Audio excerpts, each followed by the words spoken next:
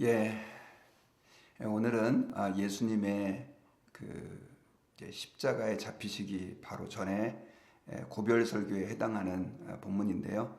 특별히 오늘 본문에서 예수님께서는 주님의 그 재림의 때에 대해서 말씀해 주고 있습니다. 지금 온 세상에 난리와 또 재난, 그리고 또 특별히 우리가 지금 코로나 팬데믹이라고 하는 그 기간 중에 있는데, 그러다 보니까 어떤 사람들은 정말 지금 세상 끝 아닌가, 종말의 때가 아닌가 이렇게 생각하는 사람들이 참 많이 있습니다.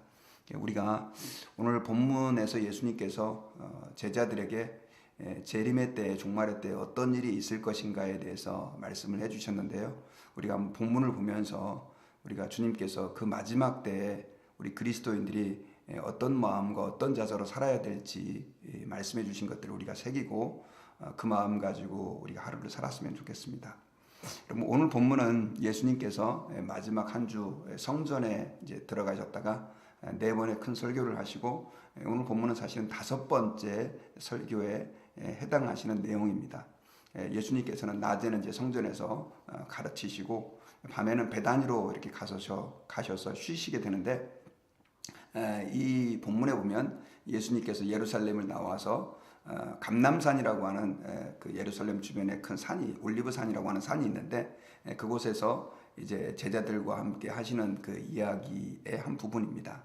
아마 그때는 이제 저녁 때쯤 되었으니까 이제 해가 서산에 이렇게 뉘웃뉘웃 기울어질 때고, 그러다 보니까 아마 노을이 성전과 함께 어우러져서 굉장히 아름다운 모습을 하고 있었던 것 같습니다. 그러다 보니까 한 제자가 예수님에게 그 성전의 웅장함과 아름다움을 자랑하듯이, 예수님 저 성전의 웅장함을 좀 한번 보세요, 이렇게 말씀을 건넸던 것 같습니다.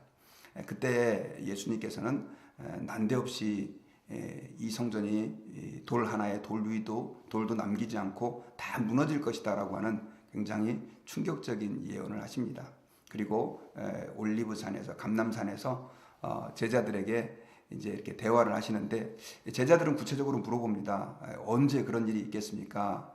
그리고 세상 끝에는 어떤 징조가 있겠습니까? 라고 물었을 때 예수님께서 오늘 본문에서 세상 끝에 일어날 징조에 대해서 쭉 설명을 해주셨습니다. 굉장히 예수님께서는 말씀을 많이 이렇게 여러 가지로 해주셨는데, 오늘 본문에 보면 예수님께서 세상 끝에 일어날 징조를 크게 여덟 가지로 요약을 해서 말씀해 주고 있어요. 먼저 보면 4절에는 많은 사람들이 나는 그리스도다, 나는 예수다, 재림 예수다 이렇게 해서 자기가 예수라고 그리스도라고 주장하는 사람들이 나올 것이다. 그래서 사람들을 미혹할 것이다, 이런 얘기를 해주셨고요. 그 다음에 6절에는 보니까 난리와 난리 소문이 있다. 그러니까 전쟁이 굉장히 많아진다라고 하는 것이죠. 그리고 7절에는 보니까 민족이 민족을, 나라가 나라를 대적하여 일어날 것이다.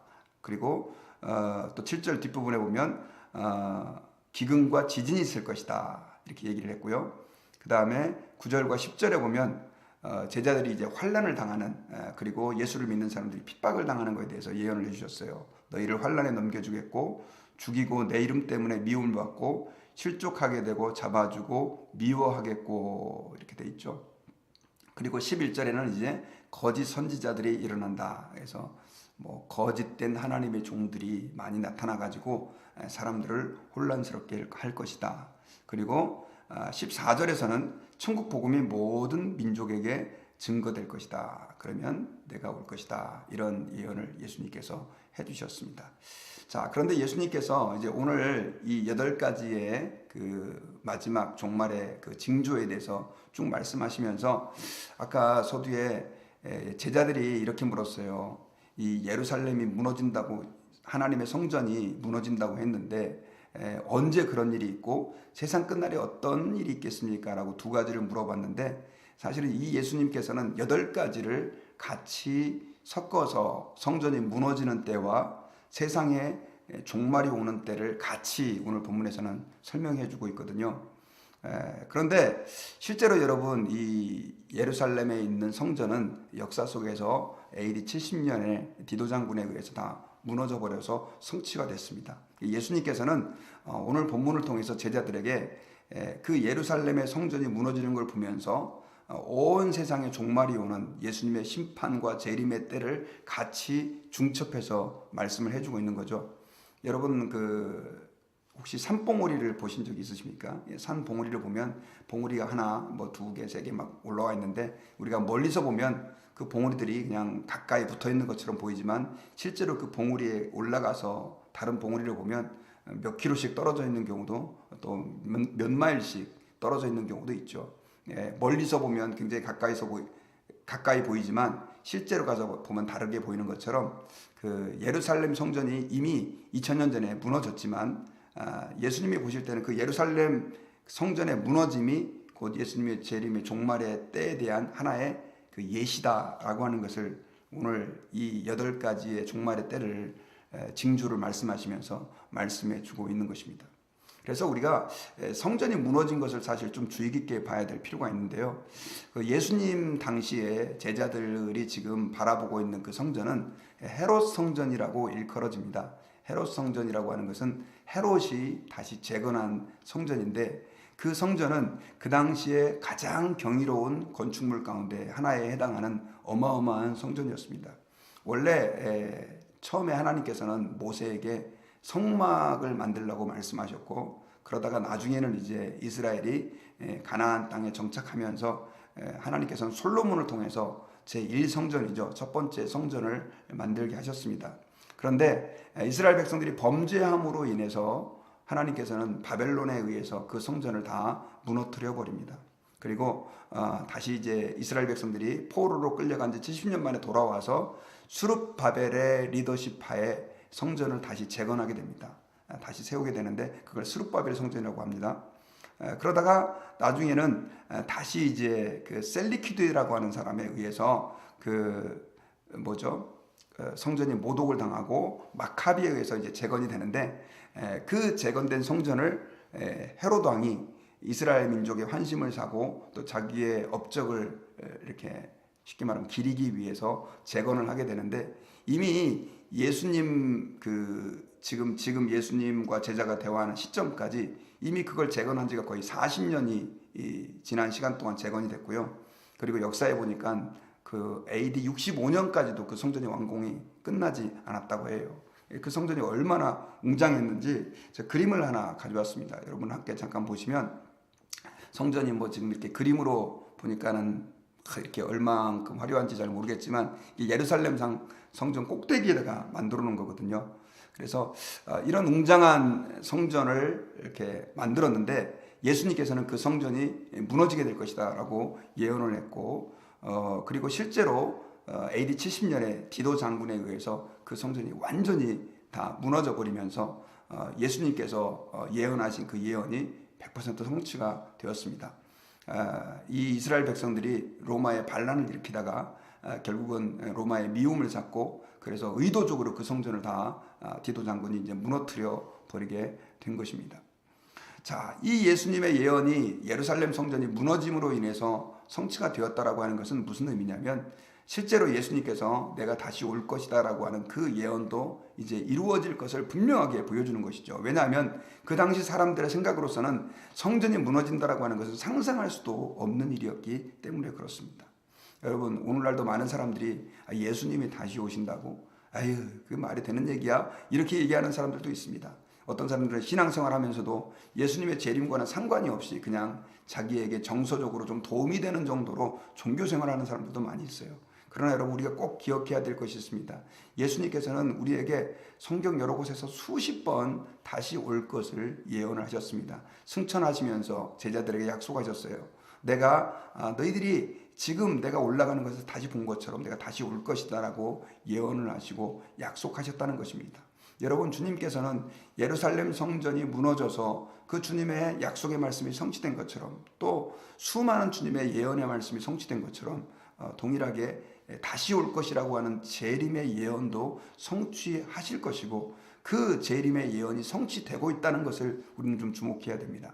특별히 여러분 오늘 본문에 보면 예수님께서 제가 8가지를 이제 예언하셨다고 그렇게 말씀을 드렸는데 보면 적그리스도 내가 특별히 거짓 그리스도가 나와가지고 사람들을 이렇게 미혹할 것이다 이렇게 예언을 했는데요.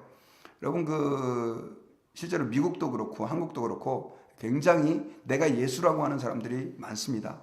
그러니까 실제로 우리 한국에만 어떤 분이 통계를 냈는데 내가 하나님이다라고 주장하는 사람이 20명이고요. 그 다음에 내가 재림 예수다라고 주장하는 사람이 50명이나 된다고 합니다. 여러분들이 잘 알고 있는 문선명 같은 경우도 그렇고요. 그 다음에 요즘 하나님의 교회라고 하는 장길자, 홈페이지에 가보면 여자 하나님 장길자 이렇게 해놓고요. 그 믿음이 또 미국과 전 세계까지 수출이 되고 있어요.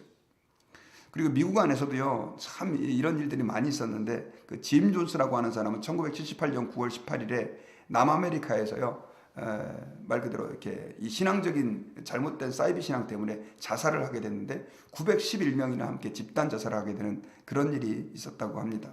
이 외에도 이걸 다 얘기하려고 그러면 끝이 없죠. 여러분, 자기가 지금 내가 예수다 이렇게 주장하는 사람들이 많고요. 특별히 지금 이제 전 세계적인 코비드 팬데믹이라든가 또 여러분 지난번에 우리 겨울에 텍사스에서도 겪었지만 이상 기후들 또 엄청나게 많아진 횟수의 그 지진들 때문에 사람들이 지금 굉장히 혼란스러워하고 있는데, 여러분 우리가 기억해야 될 것은 이런 어떤 적그리스도라든가 그 다음 또 자연재해라든가 이런 것들이 그냥 일어나는 것이 아니라 실제로 주님께서 오늘 본문에서 예언해 준 대로 계속해서 그 예언이 성취돼 가고 있음을 우리가 좀 주목하고 그 시대를 보는 눈이 있어야 된다라고 하는 것입니다. 그래서 여러분 우리는 신앙생활할 때 조금 하나님 앞에서 주님께서 다시 오신다라고 하는 것을 늘 염두에 두고 살아야만 합니다.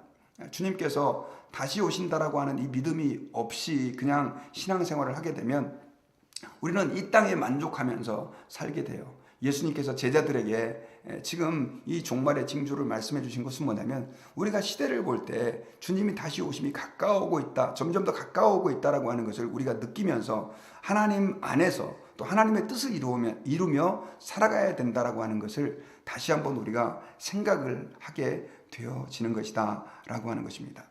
그래서 여러분, 저와 여러분들이 신앙생활하면서 정말 내 안에는 그 재림에 대한 신앙이 있는지, 주님 재림을 고대하는 그런 믿음이 있는지 한번 좀 진지하게 돌아봐야 됩니다. 자, 그렇다고 한다면 여러분, 우리가 오늘 본문에서 이 재림의 때 어떻게 우리의 믿음, 마음 자세를 가지면서 살아가야 될까요? 오늘 이렇게 성경을 좀 쭉 살펴보니까 예수님께서는 한 3가지 정도 우리가 재림의 때 가져야 될 마음 자세를 말씀해 주셨어요. 그게 이제 첫 번째가 바로 뭐냐면 4절에 보면 미혹을 받지 않도록 주의해라. 그러니까 거짓 그리스도들이 많이 나타나니까, 그리고 거짓 선지자들이 나타나서 너희들을 현혹시킬 거니까 미혹을 받지 않도록 주의해라, 이런 말씀을 했습니다. 실제로 여러분 우리 한국의 신천지 같은 경우도 이만희가 재림 예수의 영이 자기에게 왔다 이렇게 얘기하면서 얼마나 많은 젊은이들을 지금 속이고 있습니까? 그 예를 다 들려고 한다면 끝이 없습니다. 그런데 여러분, 마지막 때 주님의 재림의 때가 가까울수록 이런 미혹이 심해진다는 것입니다. 그래서 우리 예수 믿는 사람들은 미혹당하지 않도록 주의해야 돼요. 근데 여러분, 누가 저런 거에 저런 그 거짓 신앙에 빠지겠어 라고 우리가 생각할지 모르겠지만, 실제로 여러분 많이 배운 사람들 또 교회 중직자들도 얼마나 많이 이런 잘못된 신앙에 빠지는지 모릅니다. 근데 그 이유가 뭐냐? 그 이유는 우리가 하나님 말씀을 깊이 묵상하지 않고 하나님 말씀을 사랑하지 않기 때문인 것 같습니다. 여러분, 많은 사람들이 성경을 제대로 읽지 않고 그 다음에 성경을 사랑하지 않고 공부하지 않다 보니까 결국은 이런 잘못된 미혹들이 왔을 때 거기에 빠져버린다라고 하는 것을 여러분 기억하시고, 미혹하지 말라라고 하는 이 말씀, 우리가 하나님 말씀을 가까이 하고 그 말씀을 묵상하고 공부하고 사랑해야 함을 우리는 기억해야 되는 것이죠. 그리고 두 번째로 주님이 우리에게 마지막 때 가져야 될 태도를 말씀하신 것은 우리 6절에 보면 두려워하지 말라라고 하는 것이죠. 여러분, 난리와 난리 소문을 듣겠으나 너희는 삼가 두려워하지 말라. 이런 일이 있어야 돼. 아직 끝은 아니니라. 세상에 주님의 그 종말의 때, 재림의 때가 가까울수록요, 어떤 일이 일어나냐면 아까 말씀드렸던 전쟁과 또 팬데믹, 이런 재앙들, 자연재해들이 계속해서 일어나는데, 여러분 실제로 통계를 보면요, 우리가 예전 몇백 년 전, 몇천 년 전에 비해서 점점 더 많은 자연재해가 일어나고 있고요. 그 자연재해 강도가 훨씬 더 심해지고 있어요. 지진 같은 경우도 그렇고요. 전쟁도 세계적인 전쟁이 지금 세계 1차 대전, 2차 대전이라고 하는 전쟁이 다 20세기 1900년도 초반과 1950년대 이렇게 일어났지 않습니까? 그래서 우리는 그런 시대를 보면서 주님이 재림이 가까워야 되는데, 근데 그런 시대를 바라보면 우리에게 어떤 게 생기냐면 두려움이 생길 수도 있다라고 하는 것이죠. 그래서 여러분, 우리 예수 믿는 사람들은 기억해야 돼요. 특별히 코로나 팬데믹이라든가 또 앞으로 어떤 바이러스가 이제 온 세상을 시끄럽게 혼란스럽게 만들지 모르겠지만, 이런 어떤 그 모든 세상의 혼돈은 결국 하나님의 뜻과 계획과 섭리 아래서 진행되고 있다는 사실을 우리는 잊지 않아야 합니다. 그러므로 그런 세상의 혼돈스러움을 우리는 두려워하지 말고 하루속히 더 많은 사람들에게 주님의 복음이 증거되고, 사람들이 이런 어떤 혼란의 때, 팬데믹의 때, 또 재앙의 때 주께 돌아오기를 우리가 기도하는 우리가 되어야 됩니다. 그리고 또 한 가지 주님이 두려워하지 말라고 말씀하신 것은 이 핍박이죠. 실제로 여러분, 예수님의 재림의 때가 가까울수록 엄청나게 많은 사람들이 신앙 때문에 핍박을 받게 됩니다. 통계해 보니까 지금도 2억 6천만의 사람들이 예수님을 믿는다는 이유 때문에 핍박을 받고 있습니다. 우리는 미국에 살고 있고 또 한국에 살고 있다 보니까 이것을 피부로 잘 못 느끼는데요.